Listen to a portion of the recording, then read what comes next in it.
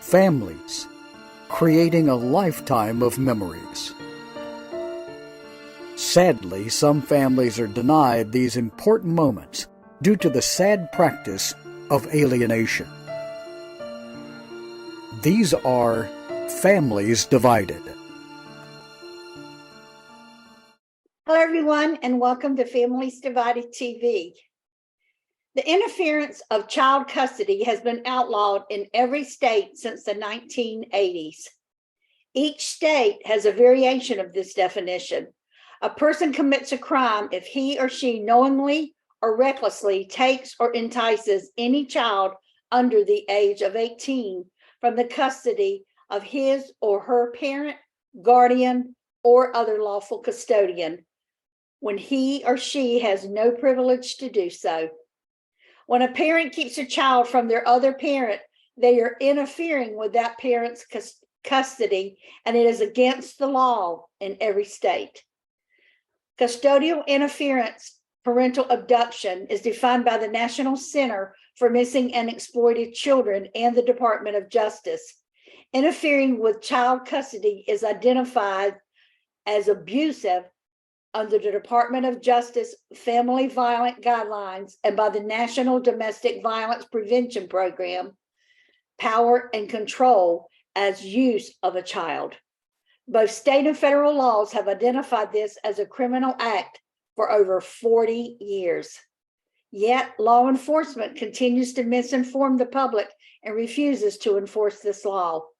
In this episode, you're going to be hearing from Claudia as well as Rael Lapenta, and they'll be discussing much that you're going to want to have a pen and paper to take many notes if you're going through this hell on earth called alienation with this type of interference. We're also going to be hearing tonight from Dr. Edward Crook.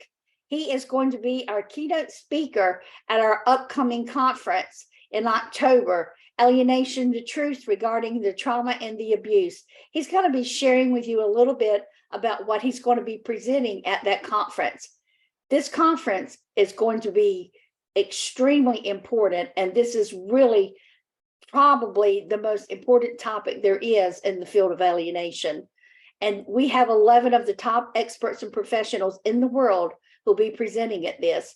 This will be a 2.5-day conference that will run from Friday night through Sunday night, and it's chock full of much to do, much knowledge, much fun, and many other things going on. We're even going to let those on Sunday night that want share their story if they want to do that after the conference ends. We're going to open the lines to do that.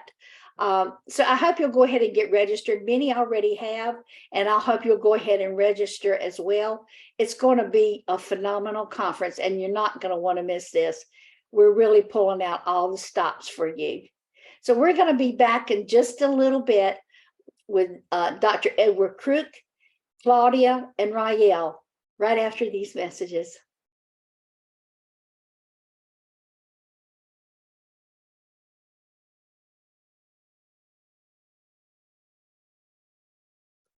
Hello, I'm Edward Crook, and I'm pleased to be the keynote speaker for the 2023 Family Access International Conference under the theme Alienation, the Truth Behind the Trauma and Abuse of alienation. And the title of my presentation, which is The Trauma of Parental Alienation as a Form of Family Violence and Child Abuse, is directly in line with the theme of the conference. And I'm very happy about that, because at the center of both my practice as a social worker and also as a family mediator, and at the core of my teaching and my research over the last 30 years or so, which has been all in the realm of children and families, is a focus on attachment and loss. I've really been honed in on the experiences of parents and children who are forcibly separated from each other. And I've always adopted from the beginning, over the last 30 years, it's always been at the center of my practice is a trauma-informed approach. So the interventions that I utilize in practice and the practices that I teach in social work and family mediation are very much trauma-informed. What is unique about parental alienation? That it's a kind of a unique form of trauma, a unique form of complex trauma on many levels. First of all, it affects both targeted parents and their children in parallel, and practitioners in the field are really challenged in regard to intervention that is directed at both child and parent. Secondly, it's an unresolved form of trauma and of abuse. It's ongoing. It remains unresolved. I noted that from the beginning of my research with traumatized parents and their children. It seems to never, that there's a full-scale grieving process, a full-scale trauma going on, but it's ongoing and it's never really resolved in many cases. People get stuck at different sort of points of the bereavement and attachment and loss continuum, and thus it presents challenges. It's an immediate kind of urgent crisis for people. It doesn't seem to get better with time, the trauma. Thirdly, it's both a form of individual abuse and collective abuse. That really makes it very complex and requiring a multifaceted approach, not just at the individual level, but at the sort of systems level. There's both an individual perpetrator involved in the abuse, but it's also a collective form of abuse in which social institutions such as the legal system, the child welfare system, the courts,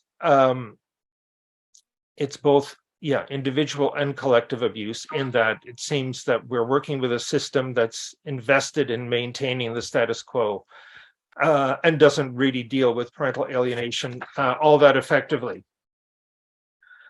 Now, what you'll get from me in my presentation will be, I guess, a more radical view of reform that's necessary. I'm going to focus also on diagnosis and assessment of parental alienation. It's really not that hard to diagnose violence and abuse and trauma and alienation. So why do we keep getting stuck in that regard? I'm really going to kind of focus on a practical approach to the reduction of harm and elimination of parental alienation. But my focus is mainly going to be on systemic change and the need for that, and how everyone has a responsibility toward addressing the alienation.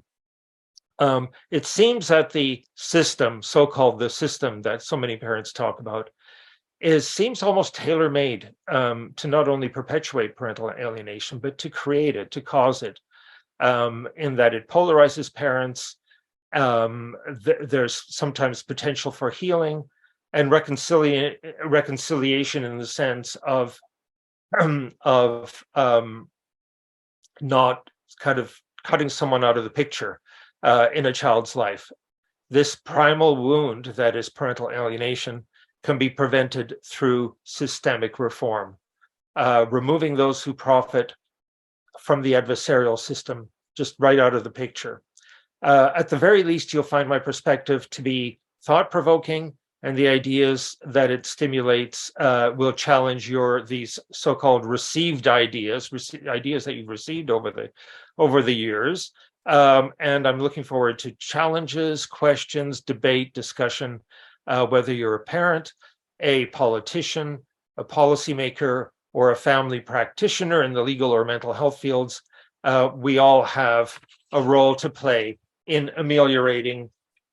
reducing harms, ameliorating alienation, and eliminating alienation. We're all responsible. I look forward to the conference, and thank you for your time today.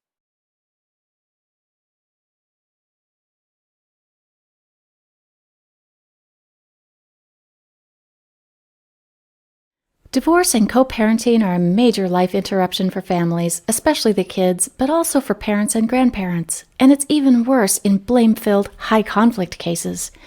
When parents engage in alienation by turning the kids against the other parent or grandparents, kids suffer. They're denied the opportunity to build the 4 big skills necessary for future resilience. New Ways for Families online class can help. Parents learn to use our popular BIF and EAR skills to calm the conflict and stop the hostile emails and texts. And we even have a class for kids and parents to learn together. Research shows a 75% improvement in joint parental decision-making after this course is taken, plus overall improvements for kids' well-being. Don't wait to make this affordable investment in your children's future and improve your well-being too. Start learning new ways for your family today at conflictplaybook.com.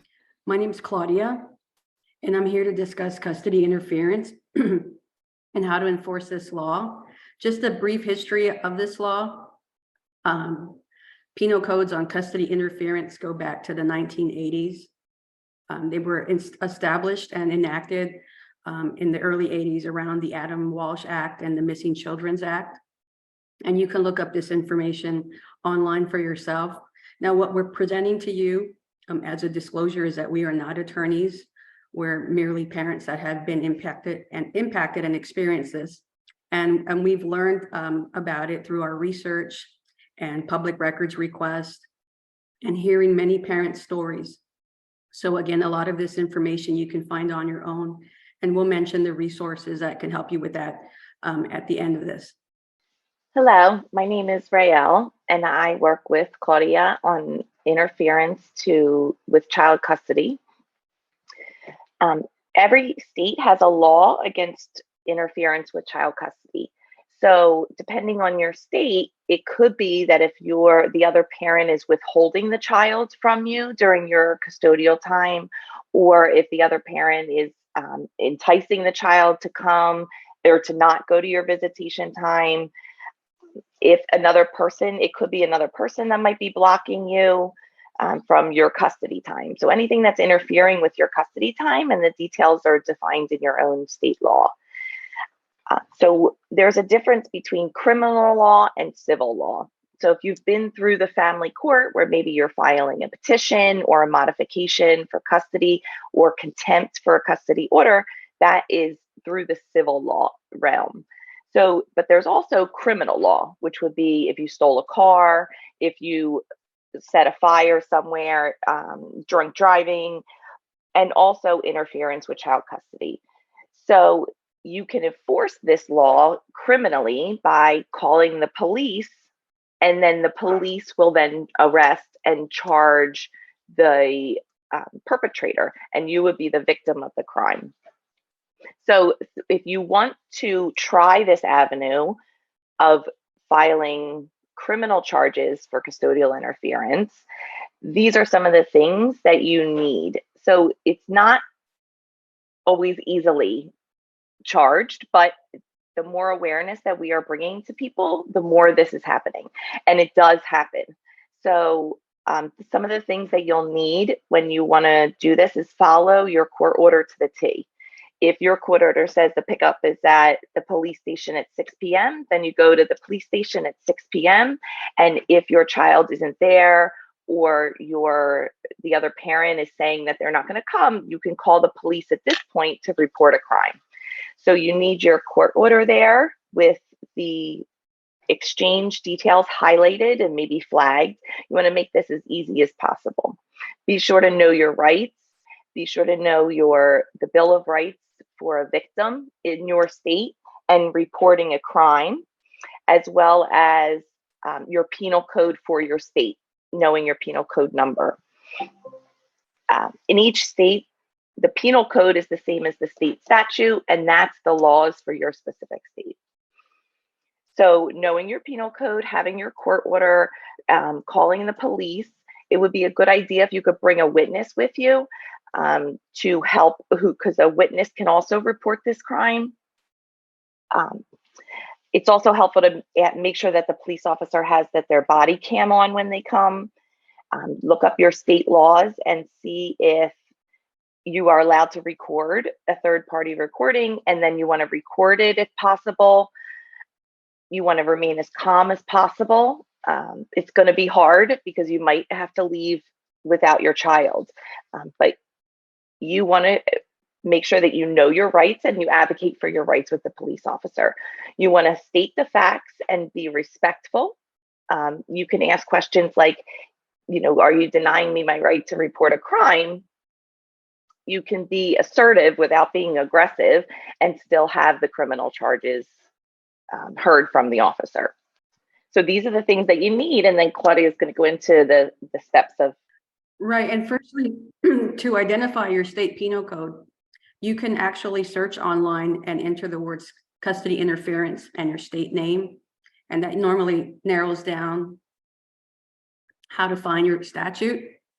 You might find it on different websites, but it's very helpful if you actually go to your state legislative resource. So there's certain steps that we recommend when reporting custodial agreement violations. Again, know the jurisdiction that you're in.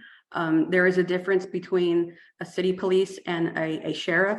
So depending on what jurisdiction your exchange point or your pickup location is, that's who you're going to call to report the crime. When you call 911, very often dispatch will ask you or tell you that I could give you their report for you. Do you want me to help you right now? You have to understand that dispatch are not patrol officers. So you need a patrolman to come to your location because they need to witness and observe the crime that you're reporting. And again, if your child is not there, they need to see that. Dispatch can't do that over the telephone. If law enforcement tells you it's a civil matter, again, this is where understanding the law and knowing your rights to report a crime come into play. So you really need to be familiar with your actual state penal code. And you have to be at the designated location of the call. So oftentimes parents will agree to change that location. Well, that's really hard to enforce because now you've gone outside of your court order, and that can make things difficult. Have your order on hand. A lot of parents don't have their order with them, and it's better to have a certified copy. Sometimes you can actually feel the seal, and that's really important. Again, offense reports must be taken at the site of the violation or the infraction, and having your court order, maybe having some form of email or text that basically states that you were going to be meeting with the child, meeting to pick up the child, and you have that's something that you can show to the officer that, hey, I let the other parent know that I was coming here. It's my time. They're fully aware. So again, you're better prepared. You can also consider asking for a courtesy standby.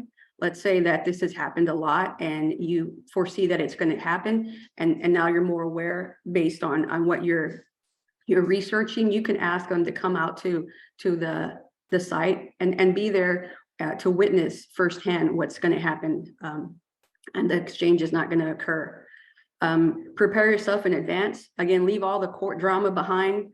Many times, we get frustrated and angry, but when you want to present requesting a report, you want to do it in a tactful manner, a drama-free manner. So you want to leave all that out of that conversation with the law officer. You want to just state facts.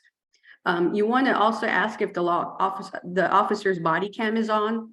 Again, depending on your state, there are some recording laws out there, and the officer can actually record everything for you, and it'll be helpful in case you need that at a later time. You can always request it, but it would capture everything. Always get the officer's or deputy's name and badge number. You can always request a card, and oftentimes they will write the report number on the back of the card and hand it to you. But in the event they don't have a card, make sure you take some notes of the date and time that they came out, so you have something to reference. It's very likely that you're going to leave the scene without your child, so you need to prepare for that. And you want to prepare for that by getting the documentation that you need. Many parents do not report these types of violations because it happens so often, but you need some form of documentation. Otherwise, it's he says, she says, and you have no proof. Again, you want to remain calm, be tactful, show respect to law enforcement. They're there to help you. But we do understand that this law is very old, and many officers are unaware for themselves that this exists. And you want to demonstrate reasonable behavior because you want to get their cooperation, but you want to list things factually, and you want to be calm when doing that. I do want to note that If you're denied, you can ask the officer if he's denying you your right to report a crime. You can also ask for a supervisor. You can always later ask to speak with an investigator to confirm this crime. Know the difference in your jurisdiction. Sometimes you will get an incident number, which is just an informational number. Other times you'll get an offense report, which means that offense is reporting a felony. And the way that this works is when you report this to law enforcement, that is not just the end of it. You also have to follow up with this. So after an offense report, you'll either be notified within a week's time. And if you're not, it is your responsibility to follow up and ask about the status of your report. At that time, you'll likely meet with an investigator from some investigative unit, whether it's criminal investigations or special victims unit. And at that point, they'll ask for your evidence and your statement. And normally you'll come in, you'll write a written statement. They'll inform you that everything that you're writing is factual. They'll also request any evidence, and this is your opportunity to give them a copy of a court order. And as Rael mentioned, it's really helpful if you can give them a copy for themselves to keep, and you've highlighted paragraphs that explain that you're exercising your rights, the times and the dates that your visitation is to be held. And if you can flag that for them, it's really easy for them to go through this without having to go through pages and pages. And you've just made it super easy. Again, your statement, prepare that in your mind in advance, what you're going to say. I was supposed to be at this point with and meet the other parent. The exchange did not occur. I requested the child so many days in advance per my court order. Just keep it factual, and just be prepared for that. But again, don't let these reports fall through the cracks. You really have to follow up with these things. It does take time to investigate these things. Investigative units have so many cases, not just these types of cases. They investigate, just all sorts of crimes. So you want to be diligent on the status of it, and you want to be like the most polite pain in the butt, really. So what you would do is you'd follow up from time to time, get the investigator's name, get their email, maybe their phone number, and follow up maybe every 2 weeks. And at that point, when they've checked off, all their blocks, if this crime has met elements, it will then be turned over to the prosecutor or the district attorney's office. They have their own investigative team that will look through this, comb through it. And same thing with them. You want to be diligent. You want to find out who's it's been assigned to, how long it will take, and you want to follow up from time to time. This can take months, depending on how backlogged they are. Most of these cases, if there was no arrest, they're called at-large cases. So that means that it just has to go through the process, but it's up to parents to stay on top of this. Remember, you're your biggest advocate. No one's going to hold your hand and walk you through this process. This is what you're going to have to follow up on. You also want to understand, if a prosecutor does accept this case, what it will mean for your situation. Some parents have been denied for a long time, and they do want to see this through. Other parents are very new to this, so you really want to understand how this is going to impact your family dynamic and relationship with everyone. So you might really want to think that through. But all this information is online. We do have some helpful resources. Our organization is Interference with Child Custody Coalition. You can find us online on Facebook. We also have a website, which is Heroes for Children's Rights. We're service members and veterans for children's rights, and that's all available online for viewers, or if you want to reach out to us in any way. I'm going to let Rael mention a couple of other details that I may have forgotten on enforcing this, on the definition of this, or just helpful tips to follow through on. Hi.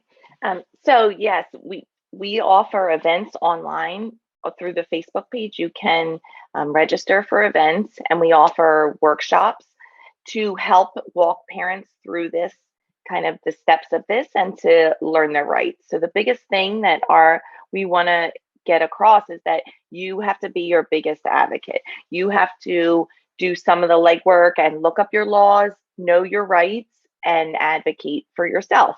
You have the right to report a crime, and you are the victim of a crime if your interference is being, if your custody is being interfered with. So we do help parents do that kind of thing. You can come to we also offer workshops if you want to learn how to legislate. So we feel like that's a piece of parental advocacy, is not only knowing your own rights, but then being able to communicate those things to a legislator. A lot of legislators don't realize this is a problem. A lot of police officers don't realize this is a problem. We've spoken to police officers who have said they were police officers for 15 years, and now that their custody is being interfered with, they're seeing the problem. Police officers sometimes, that we've heard, go and think that the courts will handle this. And we know in a lot of the cases, that's not actually what happens in civil court. So this is another avenue, but there just needs to be much more awareness and advocacy to explain what's happening. For the custodial interference law, it's been a law at least 40 years. For example, in Pennsylvania, it became a law in 1972, and it was amended in 1984. And in 1984, it was amended because there was the issue of parental snatching, which is what they define in the law. That's the term they use, and they explain that it's a huge problem. And somehow there's some kind of lapse between the law and the legislators that are saying this is a problem, and the data that is saying this is a problem, and the research and the articles, and then it being enforced. So we believe that making your legislators aware, and also the police officers, and sharing this kind of information is definitely the first step. And more people are realizing it could be a human rights issue. It could be considered abuse for the child to be held from the other parent. We all know that's an adverse childhood experience, is to not be with both of your parents. So getting this information out, and we provide workshops as well on how to get started with legislation. So one of the first steps there is to know what kind of bills are being filed. We use a site called Legiscan, which is a free site, and you can search by keyword, you could search by state, and you could know what bills are coming through.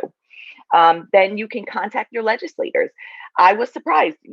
I'm just a mom. This is not my realm. This is not something I thought I would ever be into until I was faced with a problem that wasn't fair and shouldn't be happening. And then I decided that I needed to do something to change this. And it might not change my specific case, but I'm hoping to change this for other people. So you have to know what kind of bills are being filed, and legislators really do meet with you. I've reached out, we've gone to a ton of meetings, and they're willing to hear. And most of the times they don't even realize that there's a problem. And unless you are in a situation where you're being denied access to your child during your custodial time, and there's nowhere to go, I thought the police would help. I thought the court would help. And then when I got into a situation where it wasn't. So, our biggest thing is know your rights, advocate for yourself, and we have to share this kind of information. So we follow bills on Legiscan, and then we can contact legislators. So I don't know if Claudia, if you want to share some of the ways that we do those kind of meetings. Yes. So what we do is we normally put our events out in advance to invite parents. That way we've picked a certain time that would be accommodating for parents at work. So we normally have these events in the evening or on the weekend. We normally have an how-to on enforced custody interference at least once a month. And we have some other advocacy 101 workshop for parents that are interested in learning how to get involved, how to make that difference, how to make that call, how to send that email, how to identify who your legislators are. 2 years ago, I didn't know this at all. I just started learning and researching, pulling public records, finding out the statistics on how many children go through this. But we've learned a lot through our advocacy. Anyhow, we do thank you for joining us, and we appreciate your time and attention to this.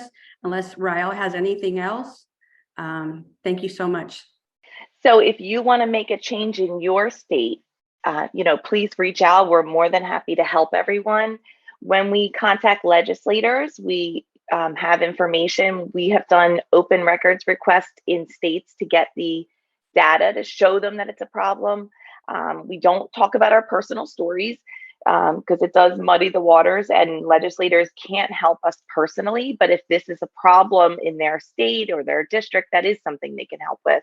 So we can get the information on how many people call dispatch and ask for help with either a visitation violation or custodial interference. And we have those numbers. For example, San Antonio has like about 1,000 calls a month. Just San Antonio, 1,000 calls a month for custodial interference, but only a couple are being prosecuted. And when you can go to the legislators and explain this has been an issue, there's tons of research out with the Department of Justice, the Department of Health, that's saying that it is a problem when there's parental kidnapping or custodial interference, that it's not good for the child. So we know it's a problem. We know the numbers with our open records request, and we can say this is definitely a problem here. And we see the piece is missing is it's just not being enforced.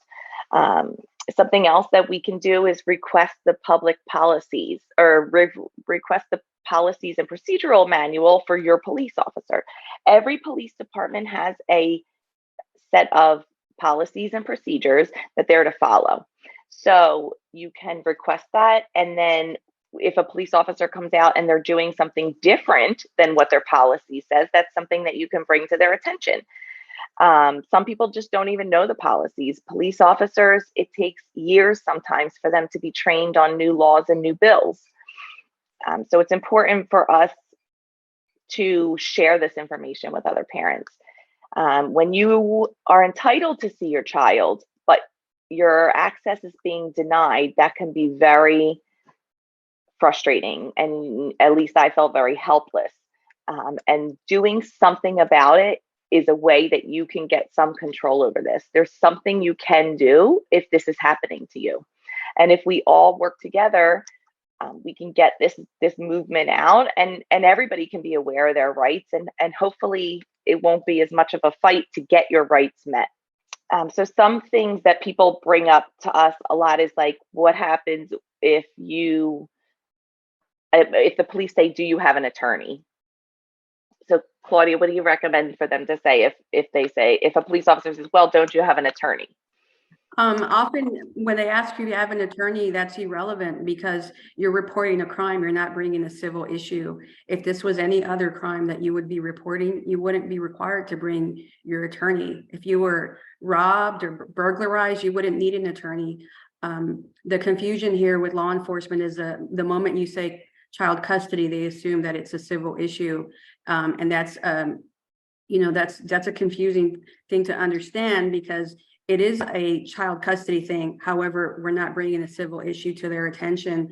So you really have to be prepared again when you communicate these things, because normally we hear what they're saying, and oftentimes we don't question that or research any information. And again, many times they're just unaware. As Rael mentioned, the laws come out and it does take time for officers to be trained on this, but this law has been around for 4 decades and it goes back, quite some time. This is what is connected to parental abductions and child abductions. It all begins in the same manner at the domestic level of reporting this to your local law enforcement. So just keep that in mind. And again, if you have any questions or you want to reach out to us and want to know how to get involved or what to research, there's so much out there, and we have come across it, and we save that information to help share with parents. So again, thanks so much for joining us today, and we truly appreciate your time, and we really hope that this somehow gives you something that can give you another remedy to pursue, and so that you're not feeling helpless in this matter. And if you want to get involved and change the movement instead of reinventing the wheel, join our movement of making parents more aware that this is out there, this does exist. And that if you want to get involved in changing the laws in your state, you know, we hear oftentimes this is not enforced, law enforcement didn't help me. You know, this is a way to pursue that, is just understanding how you can get it enforced. So thanks again for your time. Thanks again.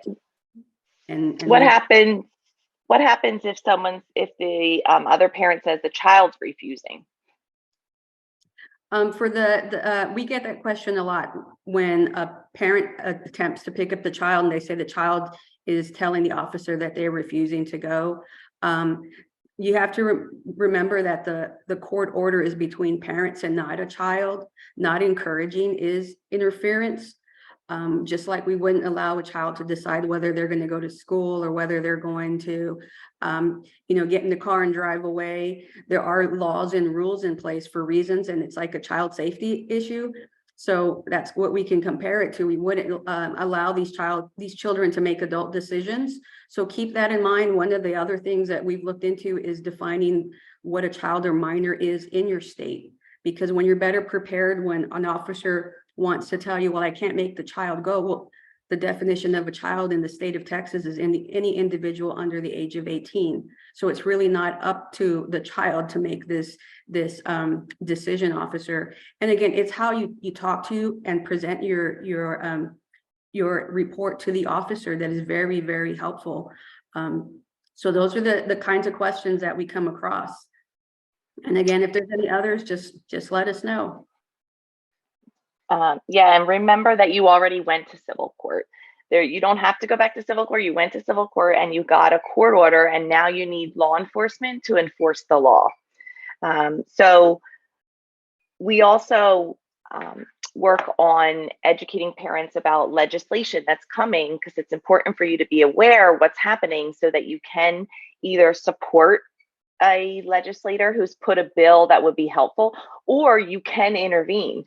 It's definitely possible. We work on Caden's law often, which is a law that is a federal law, and each state is adopting pieces of it. But some factors in there are concerning for us. Sometimes Caden's law is saying that reunification therapy might be banned, or and that's something we know is important for veterans and, you know, for many different realms. Another thing that they might say in a Caden's law version in a different state would be about attachment, that you cannot remove a child who's attached to a parent, and it doesn't mention anything about what kind of attachment. It could be a negative attachment. It could be a trauma bonding. It could be a psychological abuse, which is another thing that Caden's law seems to neglect in some states, is that psychological abuse is just as damaging as physical and sexual abuse. So those are things that you can talk to your legislators about and make changes.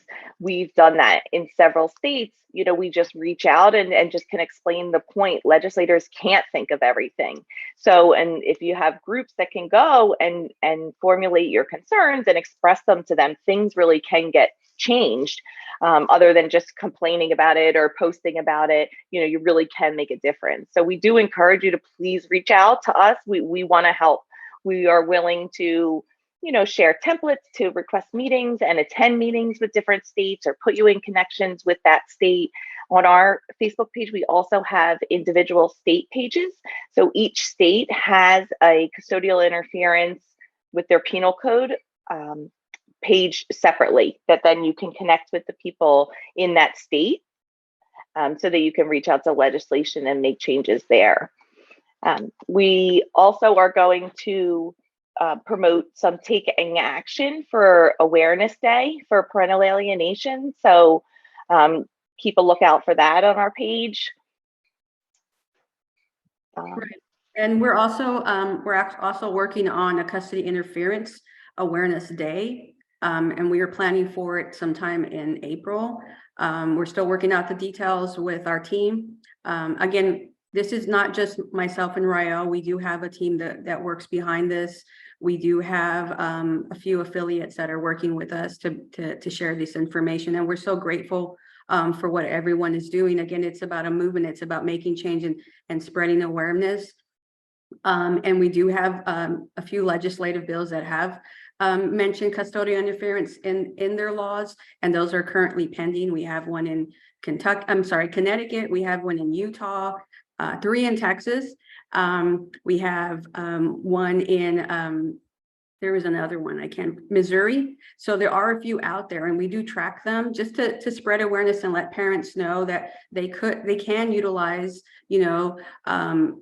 their voice by, whether they're supporting or opposing a bill. Sometimes, we need to make some adjustments, but we put that information out there because there's so many parents, they just don't know how to get involved. And like I mentioned, we didn't know this. I didn't know this 2 years ago, and I got involved, and it's actually how meaningful it is to make change and to share your experience, but not to harp on the drama part of it, but to focus more on what you can do to change these experiences, and giving parents this hope that you want to. So thanks again. Some other terms that we found that explains parental not custodial interference is a resist and refuse dynamic, or parental kidnapping. Also, it is referred to as use of a child on the domestic violence power and control wheel as a tactic of abusers. So it might not be related, might not use the words always in other articles and research, but everyone has known that this has been a problem. This has been an obvious problem, that custodial interference, for many, many years. And now's the time. And, we're trying to unite all the different groups that are struggling with this and have this be aware. So definitely please come out to our site. Thank you for, your time today. We hope this was helpful, and we want to be here to help further. So please reach out, and we'll all get custodial interference enforced like it should be. Yeah, thank you so much.